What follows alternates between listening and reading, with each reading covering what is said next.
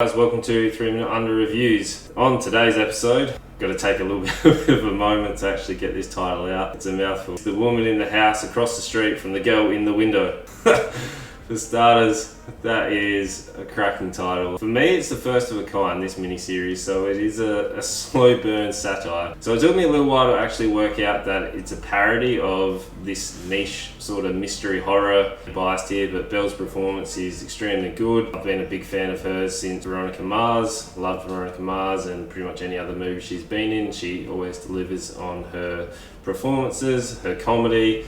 Like in The Good Place, I think she really developed her comedy. The mystery parts are really good, and then it really hits on the comedy. So it's that sort of dry humour that I really like, that dry humour where it's that awkward comedy where it sort of offsets what's actually happening. So the first 7 episodes, I really liked all the plot twists all coming in. So there's lots of who did it, you're sort of searching for who's the murderer. You see all the different flips and changes.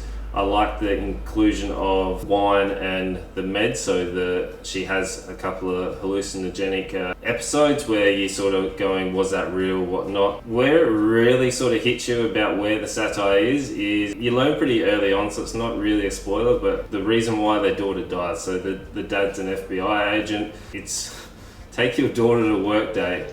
He works with serial killers and they take his daughter to interview a serial killer. Like, as a father, if I worked in a prison and I was working with serial killers, I wouldn't be taking my kid anywhere near that. But essentially the daughter dies because the dad left the daughter alone with a serial killer. What? Like that whole story is just like beyond ridiculous that you're like, are they poking fun at this? So that's where it sort of clued me in. It took me about the halfway through to the end of the second episode to work out that it was actually a parody. The name should have given it away, but if you're going in thinking this is going to be your typical murder mystery, it does hit those tropes, so it is really good with that. It did let itself down a little bit. I don't want to give anything away, but the reveal was good, but then obviously the conclusion sort of let it down, and now it's also opened up for season 2. So I look forward to season 2 because I really enjoyed it. I think lots of people missed the mark or don't realise that it's actually meant to be a parody. Once you realise that, a really, really good show. So let me know if you liked it or if you've seen it, and you know what to do. Make sure you like, comment, subscribe, and tell your friends.